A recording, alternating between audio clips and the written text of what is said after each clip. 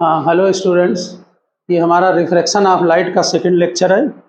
आप उसी के आगे कंटिन्यू करें जो कल लगाया था। कल जो आपने फार्मूला लिखा था उसमें नीचे नोट कर देना कि वो this is called law of intermediate media. इसके बाद आप आज का नोट करें, लिखें real and apparent depth. Real and apparent depth और ब्रैकेट में लिखें नॉर्मल डिस्प्लेसमेंट। नॉर्मल डिस्प्लेसमेंट उसमें लिखें केस 1 नॉर्मल डिस्प्लेसमेंट, उसमें लिखें case 1 when object is in denser medium. When object is in denser medium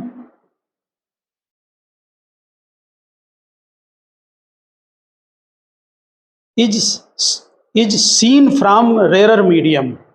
When object is in denser medium is seen from rarer medium.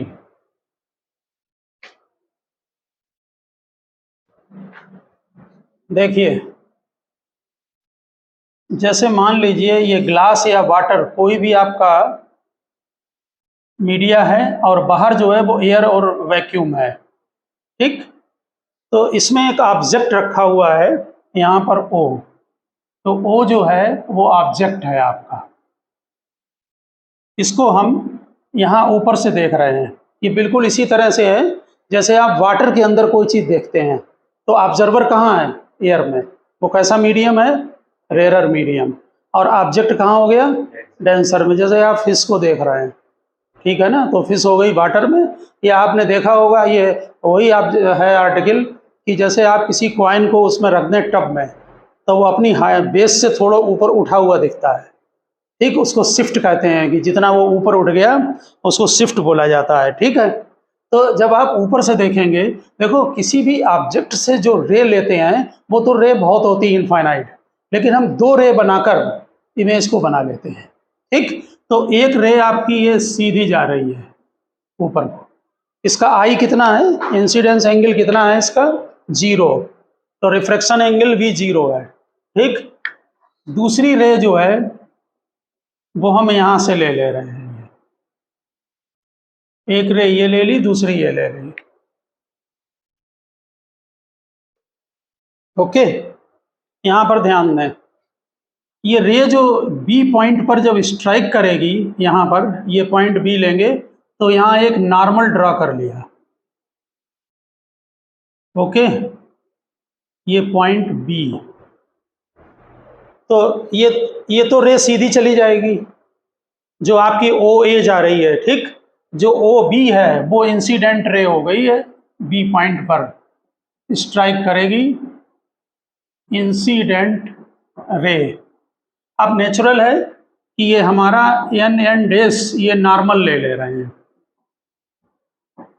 N डेस जो है वो normal है।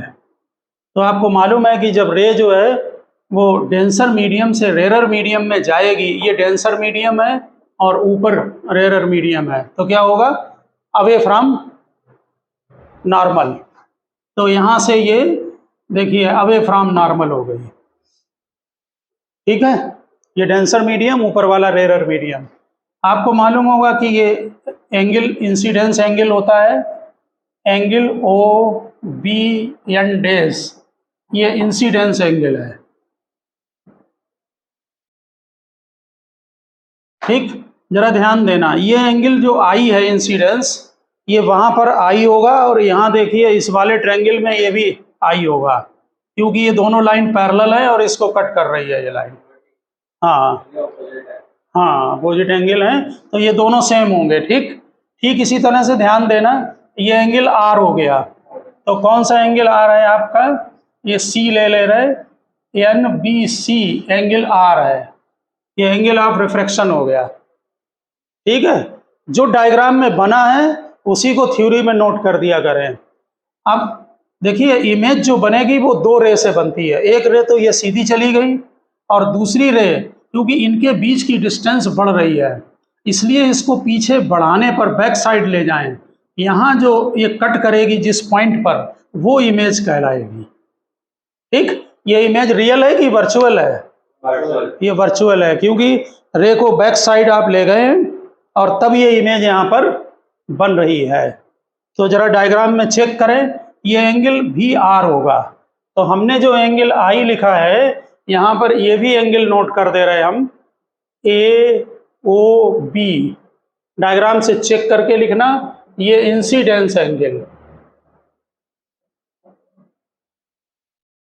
और ये एंगल जो आर है ये ए आई बी, ये भी एंगल आर के इक्वल होगा, ये रिफ्रैक्शन एंगल है, रिफ्रैक्शन एंगल। देखिए इसमें हमारे जो एंगल है ना, इस डेरिवेशन में ये एंगल बहुत स्मॉल होते हैं। ठीक, तो ऑब्जर्वर कहाँ है यहाँ पर बताएं जरा। ऑब्जर्वर यहाँ से देख रहा है, इस पॉइंट यहाँ से, तो ये वाला पॉइंट पास में होगा बहुत यहाँ बी पर। अभी एंगल इस्तेमाल करेंगे तो आपके समझ में आएगी बात। जरा डायग्राम में चेक करें, ए से ओ तक की लेंथ रियल डेप्थ है, ठीक, रियल डेप्थ, और ए से आई तक की जो लेंथ है वो अपरेंट डेप्थ है या वर्चुअल, अपरेंट डेप्थ, ठीक। और ओ से आई तक जो लेंथ है वो शिफ्ट है, यानी ए ओ माइनस ए आई, इसको शिफ्ट बोलते हैं कि कितना शिफ्टिंग हो गई ऊपर। बिल्कुल डायग्राम से क्लियर है। यहाँ देखो डायग्राम में, ये रियल डेप्थ ए ओ, ये अपरेंट डेप्थ क्योंकि यहाँ इमेज बन रही है, और ये ओ से आई तक की लेंथ ये शिफ्ट हो गई। आगे बात समझ में, ठीक। दूसरी बात, जो हम जनरल में म्यू लेते हैं रिफ्रैक्टिव इंडेक्स, वो हमने आपको बताया था कि जो म्यू लिया जाता है वो हमेशा डेंसर का with respect to rare medium होता है। जो म्यू जनरल में लिखा जाएगा, ये रेयर मीडियम, ये डेंसर, किसका होता है? डेंसर का विद रिस्पेक्ट टू रेयर होता है, ठीक।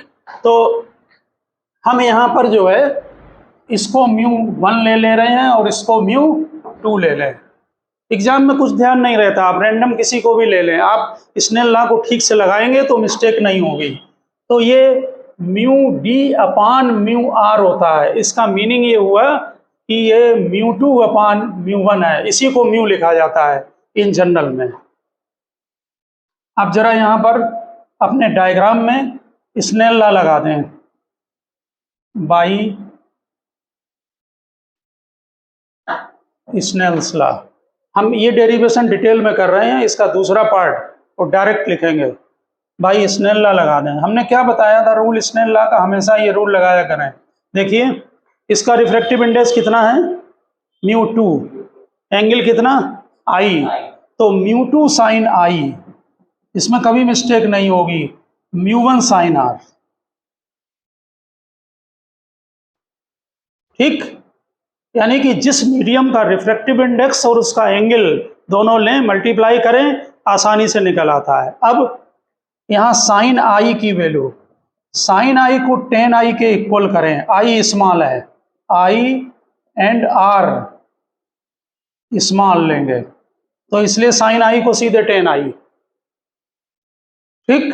जरा देखें डायग्राम, आई स्मॉल का मीनिंग समझ लें। आई स्मॉल होगा यानी कि ऑब्जर्वर जो है वो बिल्कुल वर्टिकली देख रहा है। देखिए अगर किसी एंगल से देखता है उसका फार्मूला अलग होता है, वो तुम्हारे उसमें नहीं है सिलेबस में, बोर्ड में, ठीक है ना, वो कॉम्पिटिटिव फाइल में डालेंगे उसका फार्मूला। तो sine I is equal to tan I, ठीक। यहाँ से बताना जरा टेन आई क्या होगा? Perpendicular upon base. जरा बताएं परपेंडिकुलर कितना है? ए बी, आई के सामने ये ए बी, और बेस ए ओ। इसी तरह से साइन आर, वो भी टेन आर कर दें, तो टेन आर आपका हो जाएगा परपेंडिकुलर ए बी अपॉन ए आई, ठीक। ये ट्रायंगल और ये वाला ट्रायंगल यहाँ से। अब इनकी वैल्यू पुटअप कर दें यहाँ पर, तो μ2 साइन आई, यहाँ से हम A B upon A1 direct ले रहे हैं, sine I upon sine R is equal to μ1 upon μ2, ठीक। अब साइन आई की value A B upon A O, और साइन आर को रिवर्स कर दें, ए आई अपान ए बी, ये ए बी और ए बी कैंसिल हो गया, mu one upon mu two. अब यहाँ पर आया आपका A I upon A O is equal to mu one upon mu two.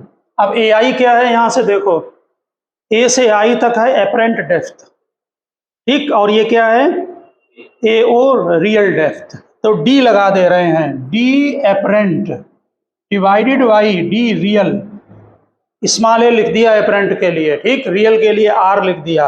अब जरा यहाँ भी बता दो, mu one upon mu to यहाँ से चेक करना, एक्चुअल में म्यू क्या होगा, mu two upon mu one, क्यों, हमेशा डेंसर का विद रिस्पेक्ट टू रेयरर, ठीक। तो यहाँ पर हम इसकी जगह लिख सकते हैं 1 अपान म्यू। तो हमारा फार्मूला यहाँ पर चेक कर लो क्या बना, D apparent is equal to D real upon mu, ये बेसिक फार्मूला है। और शिफ्ट यहाँ से निकाल लो, शिफ्ट में माइनस कर दो, ए ओ क्या है, डी रियल, ये क्या है, डी एपरेंट, इन दोनों को माइनस कर दो, ठीक। तो D real minus D apparent, तो डी रियल माइनस एपरेंट को माइनस कर दें तो डी रियल अपान म्यू, तो ये फार्मूला बन गया D real in bracket 1 minus 1 upon mu. ये शिफ्ट का फार्मूला बना, चेक कर लो ठीक से।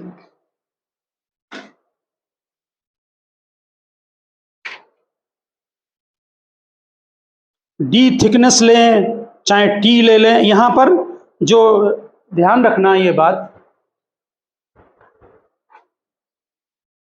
ये हटा दें डायग्राम, ठीक। इसमें आप एक बात समझ लें, यहां पर अक्सर क्या होता है, देखिए यहां देखें, ये जो पॉइंट ऑब्जेक्ट होता है ना, ये सरफेस पर होता है, तो जो डी रियल है वो इसकी पूरी थिकनेस आ जाती है। हमने यहां पर डी रियल ये लिया है, लेकिन अगर ये लोअर पॉइंट पर होगा तो ये पूरी थिकनेस हो जाएगी। आते की समझ में आ गई। तो न्यूमेरिकल लगाते समय जनरली थिकनेस दी होती है, फिर भी आप डी रियल अपना ध्यान रखें। ये नोट है पूरा।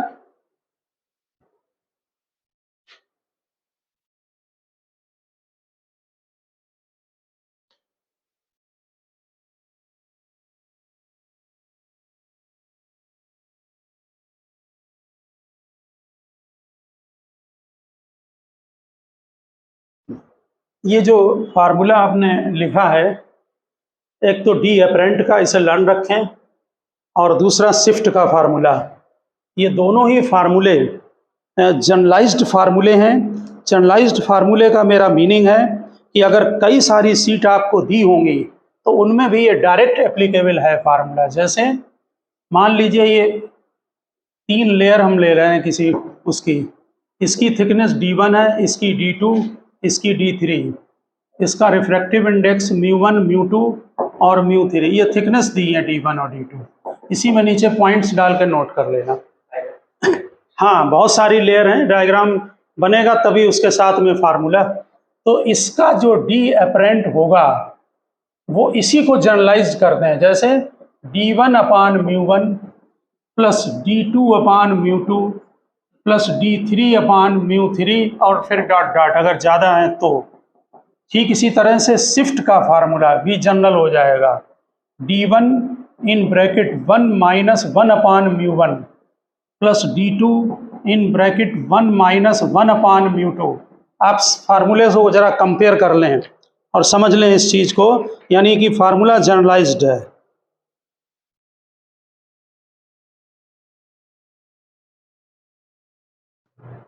इसमें अगर कभी भी इफेक्टिव म्यू भी कभी कभी पूछ देते हैं, तो यहाँ से म्यू का फार्मूला देखना क्या बन रहा है, यहाँ से डी रियल अपान डी अपरेंट।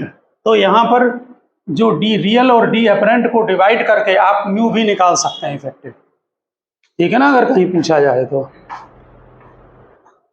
अब हम इसका सेकंड पार्ट लेंगे। ये बहुत ही जनरल केस है, जैसे आपने टब में देखा होगा कॉइन को, डाल दें कोई चीज़ तो वो थोड़ी ऊंची दिखाई, हाइट ऊपर दिखाई पड़ती है उसका। बल्कि जो वाटर जब आप डालते हैं किसी कंटेनर में तो उसका जो लोअर सरफेस होता है ना, वो भी आपको ऊपर उठा हुआ दिखाई देता है। तो जब भी रेयर मीडियम से डेंसर में देखेंगे तो उनमें उसमें जो ऑब्जेक्ट होगा उसकी डिस्टेंस जो है वो कम हो जाएगी। जब डिस्टेंस कम हो तो म्यू से डिवाइड कर दो तो उसकी अपरेंट डेप्थ निकल आती है। अब आप इसका लिखें केस सेकंड, लिखें object is in rare medium, object is in rare medium is seen from denser medium, object is in rare medium is seen from denser medium. ये एग्जाम्पल ये है कि जैसे वाटर के अंदर से कोई बाहर की चीज देख रहा है तो ऑब्जर्वर कहाँ है, डेंसर में है, ठीक है ना। और एक ध्यान रखना, तब यहाँ पर चीज पास में दिखाई पड़ रही थी कि दूर, अभी जो बनाया था पास में आ गई, ऊपर आ गई, ठीक है ना। टी अपरेंट कम है डी रियल से, यानी कि ऊपर आ गई, पास में दिख रही है, ठीक। ठीक इसका उल्टा, अगर ऑब्जर्वर डेंसर में होगा और रेयर में दिखेगा तो दूर दिखाई पड़ेगी। जैसे आप एरोप्लेन को जब यहाँ से देखते हैं तो वो एक्चुअल हाइट से ऊपर दिखाई पड़ता है, ज़्यादा यहाँ से दूरी पर। आप डेंसर में हैं और वो कहाँ है, रेयर मीडियम है, ऊपर एयर पार्टिकल्स कम हो जाते हैं। हाँ, यहाँ पर देखें, जैसे ये रेयर मीडियम और ये डेंसर मीडियम, ये ऑब्जेक्ट। अब हम पूरी थ्योरी नहीं ले रहे हैं, डायरेक्ट लेंगे। देखिए, एक रे तो ऑब्जेक्ट से ये सीधी चली आई, ऑब्जर्वर यहाँ पर है डेंसर में, ठीक। दूसरी रे यहाँ से लीजिए, देखिए डायग्राम अपने आप बन जाएगा। ये रे ली, इस पर नॉर्मल ड्रा करें, ठीक। ये इंसिडेंट, इस पर एंगल आई। अब रेयर से जब डेंसर में जा रही है तो टूवर्ड्स नॉर्मल बेंड हो जाएगी, ये बेंड हो गई, ये एंगल आर। अब इसको नेचुरल है, यहाँ डिस्टेंस इंक्रीज हो रही है तो इसको पीछे बढ़ाएं। देखिए ये यहाँ पर इमेज बनेगी जाकर, ये इमेज आई बनी, ये पॉइंट ए, ये पॉइंट बी। बिल्कुल उसी तरह से डेरिवेशन किया जाता है। ये दोनों लाइन पैरेलल हैं, ये एंगल आई और ये एंगल आर। यहाँ पर ए ओ डी रियल है, अब डायरेक्ट लिख रहे हैं। ए आई डी अपरेंट है, स्मॉल ए लिख दिया अपरेंट के लिए, और म्यू वन वही ले लो, म्यू वन और म्यू टू। तो एक्चुअल जो म्यू होगा वो हमने बताया था डेंसर का विद रिस्पेक्ट टू रेयर, यानी mu two upon mu one, ठीक, वही रहेगा सेम। अब इसमें जो है आप स्नेल लॉ लगा दें डायरेक्ट, तो क्या लगेगा स्नेल लॉ जरा बताना। Mu one sine I is equal to mu two sine R. Mu one हमने अभी बताया था, साइन आई को टेन आई ले लें और टेन आई की वहाँ से वैल्यू पुटअप कर दें तो perpendicular A B upon base A O. ठीक इसी तरह से साइन आर को स्मॉल एंगल के लिए फार्मूले वैलिड है, यानी ऑब्जर्वर नॉर्मल के पास में होगा, tan R equals A B divided by A I. अब यहाँ वैल्यू पुटअप कर दें, म्यू वन यहाँ पर डिवाइड कर ले रहे हैं हम पहले ही, तो sine I upon sine R is equal to mu two upon mu one, और ये mu two upon mu one ही म्यू है। अभी डालते हैं वैल्यू, साइन आई की value A B divided by A O, और इसको चेंज कर दें sine R A I divided by A, और इसको म्यू लिख दें। ये दोनों cancel, A B cancel, sorry A B cancel हो गए। अब ए आई क्या है, डी अपरेंट, और ए से ओ तक length D real is equal to mu. देख लो फार्मूला तैयार हो गया आपका, D apparent is equal to mu times D real. इस बार लेंथ इंक्रीज हो गई क्योंकि म्यू की वैल्यू ग्रेटर देन क्या होती है, 1 होती है, इसलिए इंक्रीज हो गई। अब शिफ्ट समझ के लिखना है, एक एक लाइन। शिफ्टिंग डायग्राम में ओ से आई तक शिफ्टिंग है, इसका मतलब डी एपरेंट में से डी रियल माइनस कर दो, डी रियल को कॉमन कर लो, ब्रैकेट में म्यू माइनस 1, ये फार्मूला बन गया शिफ्ट का। उसमें म्यू को डिवाइड किया था, इसमें म्यू को मल्टीप्लाई, ठीक, क्योंकि यहां मल्टीप्लाई हो गया म्यू, उसमें डी रियल में म्यू डिवाइड कर दो तो पास में आ गई डिस्टेंस, ठीक है ना।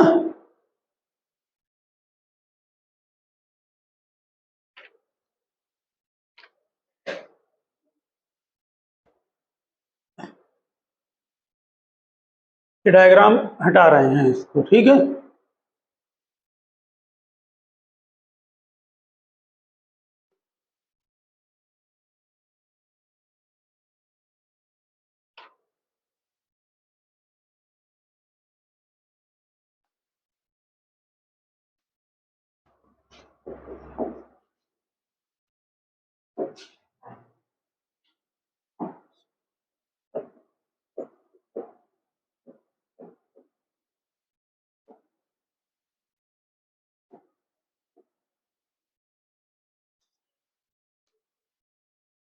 नेक्स्ट आप हेडिंग डालें लेटरल डिस्प्लेसमेंट और साइड वे डिस्प्लेसमेंट।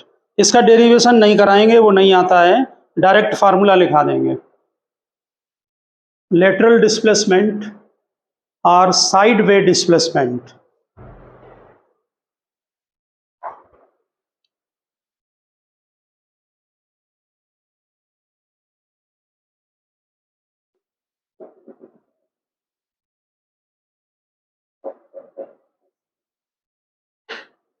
हाँ, नोट हो गया वो। लेटरल डिस्प्लेसमेंट और साइड वे डिस्प्लेसमेंट।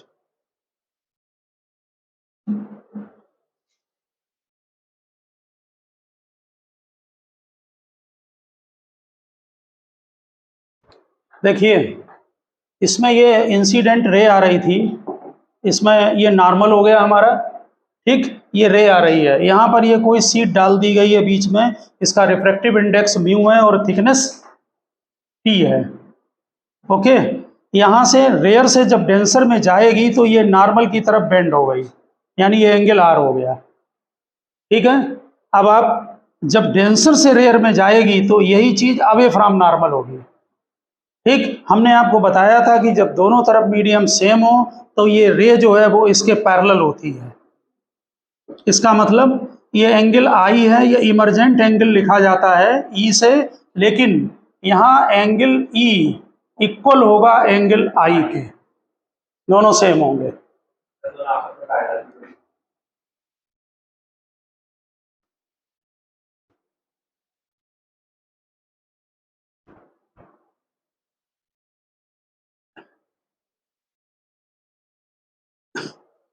लिखा, देखिए इसमें प्रैक्टिकली क्या होता है कि लेटरल डिस्प्लेसमेंट हो जाता है। अगर आप ये ग्लास की स्लैब यहाँ पर नहीं रखते तो रे सीधी चली जाती, ये रे अगर हम ये स्लैब नहीं रखेंगे तो ये सीधी चली जाएगी, ठीक है। इसमें ये पॉइंट ए बी, इससे यहाँ पर परपेंडिकुलर डाल दें बी एन, ये लेटरल डिस्प्लेसमेंट कहलाता है, यानी लेटरली डिस्प्लेस्ड हो गई, रे दोनों पैरेलल हैं, ठीक।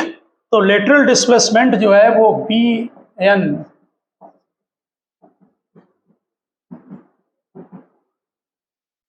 लेटरल डिस्प्लेसमेंट कहलाता है।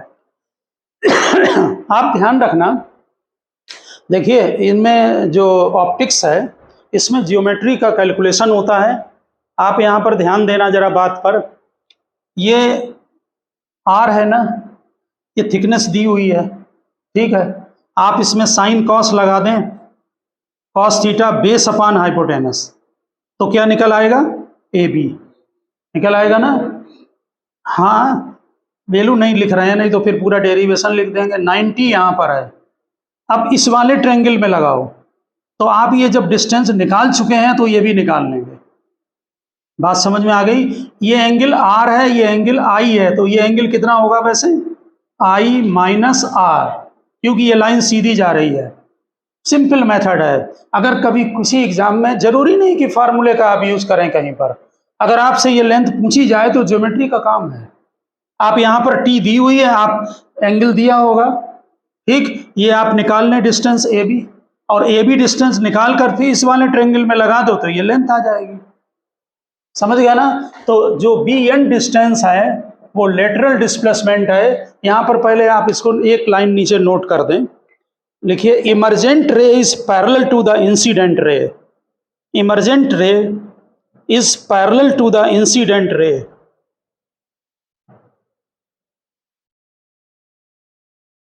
But emergent ray is laterally displaced with respect to incident ray.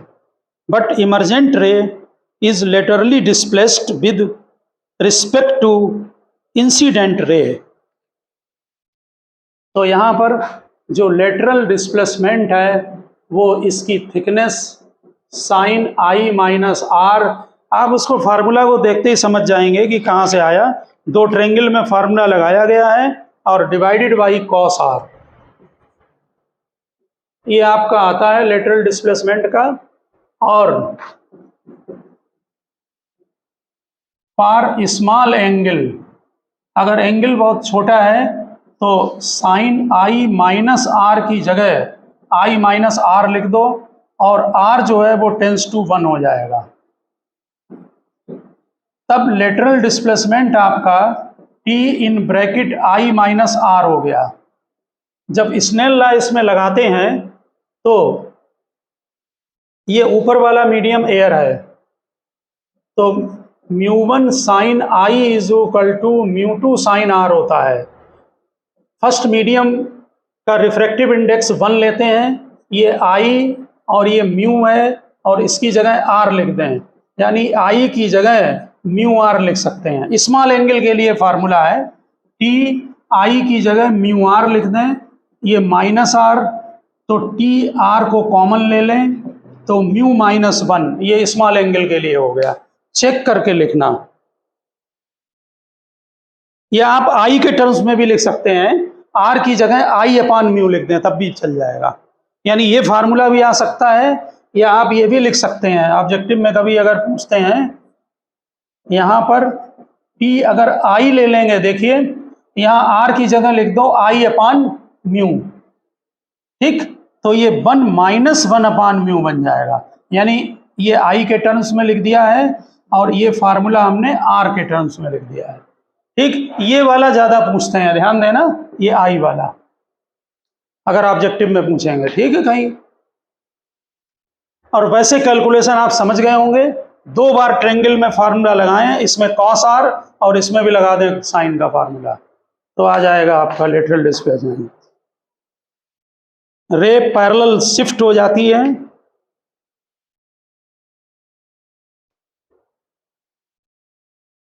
Diagram हटा दिया जाए, बना लिया डायग्राम।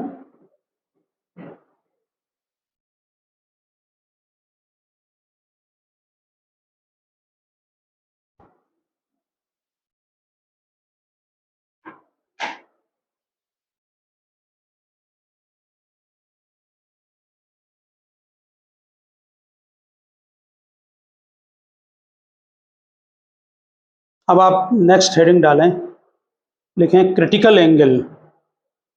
क्रिटिकल एंगल,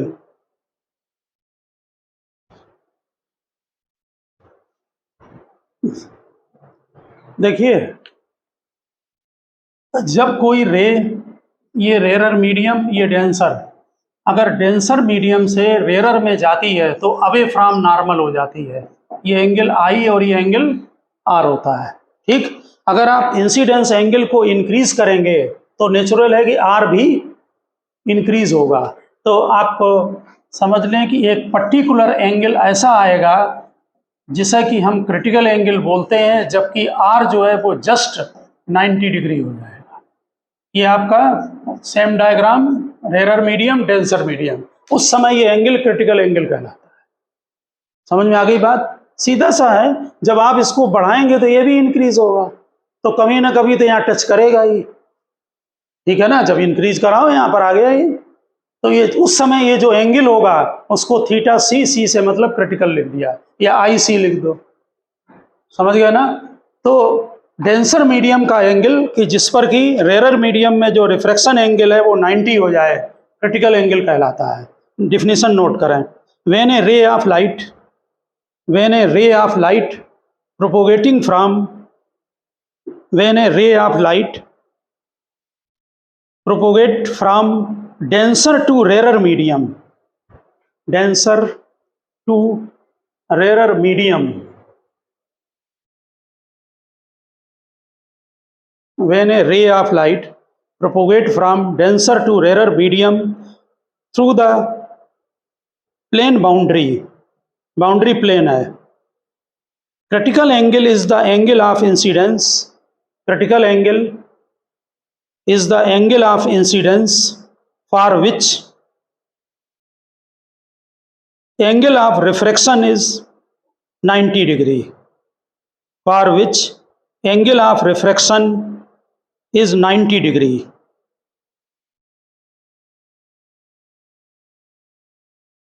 यहाँ पर फिर वो म्यू की बात ध्यान दें, जनरल में जो हम म्यू बोलते हैं वो डेंसर का होता है विद रिस्पेक्ट टू रेरर, यानी कि mu D upon mu R, ये जनरल में म्यू बोला जाता है। ठीक, यहाँ स्नेल लॉ लगा दें इसमें,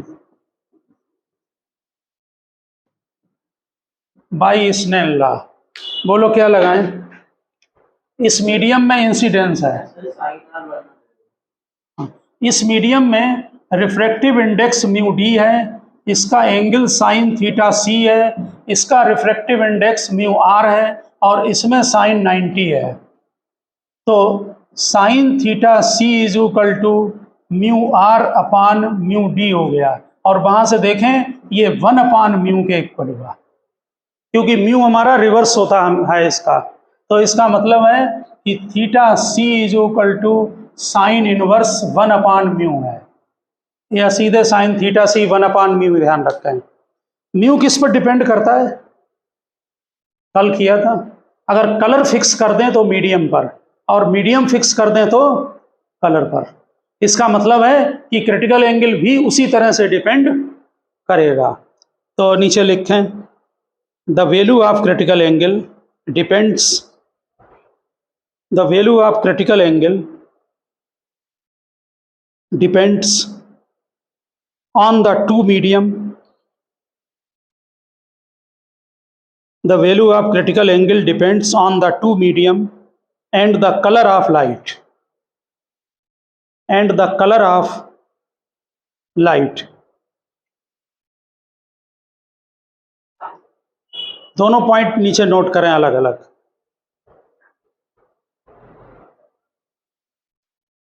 एक बार मीडियम फिक्स करेंगे, एक बार कलर फिक्स करेंगे। तो फर्स्ट पॉइंट नोट करें,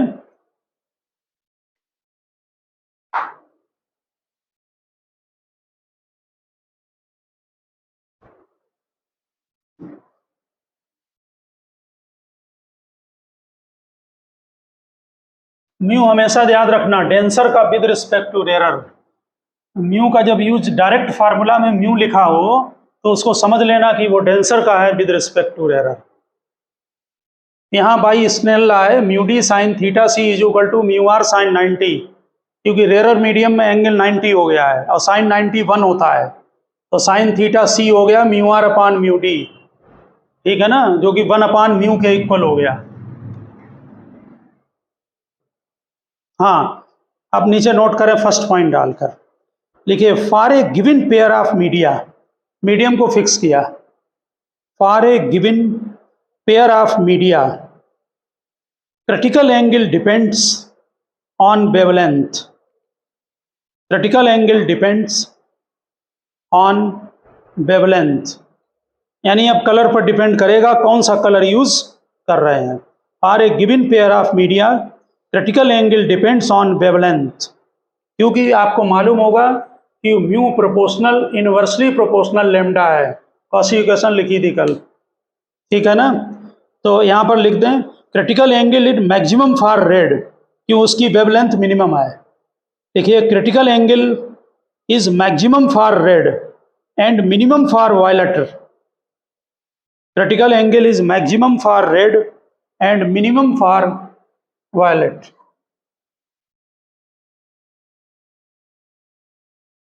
सेकेंड पॉइंट, आप एक मीडियम के लिए जब क्रिटिकल एंगल देते हैं ना, तो जिसे ग्लास का फिक्स दिया रहता है, ग्लास में जनरली 42 डिग्री का आता है, तो उसका मतलब है वो मिडिल कलर येलो के लिए।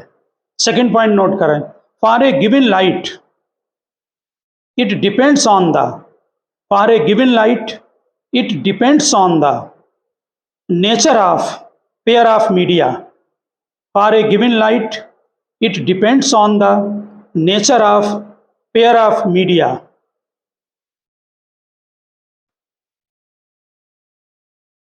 For glass air, ग्लास के लिए AμG 3/2 होता है, तो इसके लिए क्रिटिकल एंगल नियरली 42 डिग्री आता है। ये ध्यान भी रखना, लर्न वे 3/2 नहीं, 42 डिग्री क्रिटिकल एंगल ग्लास के लिए। और वाटर का जो MuW है वो 4/3 के नियर अबाउट है, 4/3, इसका क्रिटिकल एंगल 49 है। इसीलिए आपने पढ़ा होगा, छोटे क्लासों में देते हैं कि डायमंड में जो शाइनिंग होती है उसका क्रिटिकल एंगल बहुत कम है, ठीक है। जो रे उसमें एंटर करती है वो बार बार अंदर टोटल इंटरनल रिफ्लेक्शन होता है उसमें। अभी उसी पर आते हैं, टोटल इंटरनल रिफ्लेक्शन। आप नेक्स्ट हेडिंग डालें, total internal reflection, total internal reflection, total internal reflection. देखिए अभी आपने ये पढ़ा है कि एक पर्टिकुलर एंगल के बाद ये अगर क्रिटिकल एंगल है तो रेयरर मीडियम में ये एंगल 90 हो जाएगा, ये डेंसर मीडियम रे ऐसे चली जाएगी। अगर आपने इससे एंगल को ज़्यादा कर दिया, ये एंगल आई ग्रेटर देन क्रिटिकल एंगल है, तो लाइट उसी मीडियम में वापस आ जाती है। ये टोटल इंटरनल रिफ्लेक्शन कहलाता है। और इस समय रिफ्लेक्शन के सभी रूल फॉलो करेंगे, इसका मतलब ये भी एंगल आई होगा, उसी मीडियम में वापस। नेचुरल है, जब इससे एंगल और बढ़ा देंगे तो लाइट उसी में बैक हो जाएगी, ठीक। ये टोटल इंटरनल रिफ्लेक्शन, इसका मतलब डेंसर मीडियम में अगर angle of incidence critical angle से ग्रेटर देन है तो लाइट उसी मीडियम में वापस रिटर्न होगी, ठीक। नोट करें नीचे, ठीक है। When a ray of light, when a ray of light travelling, when a ray of light travelling from a denser medium to a rare medium, when a ray of light traveling from a denser medium to a rarer medium is incident at the interface of two media, when a ray of light traveling from a denser medium to a rarer medium is incident at the interface of two media at an angle greater than the critical angle, the ray is totally reflected back, the ray is totally reflected back into denser medium, ray is totally reflected back into denser medium. This phenomena is called TIR, total internal reflection, TIR short में लिख दें। This phenomena is called total internal reflection. नीचे इसकी condition note करें, condition वही है जो theory का पार्ट है। कंडीशन में फर्स्ट पॉइंट, कंडीशन नोट करें, when TIR take place, when total internal reflection take place, when total internal reflection take place, light must propagate from denser to rarer medium, light must propagate from denser to rarer medium. Second point, angle of incidence is greater than, must propagate from denser to rarer medium, तभी तो होगा, जब denser से rare में रे जाएगी तभी वापस आएगी उसी मीडियम में। Second point, angle of incidence is greater than critical angle. Angle of incidence is greater than critical angle.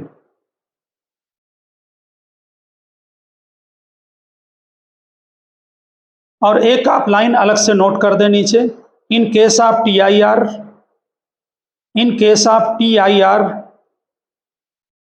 100% light reflected back, 100% light reflected back into the same medium, 100% light reflected back into the same medium. There is no loss of intensity, there is no loss of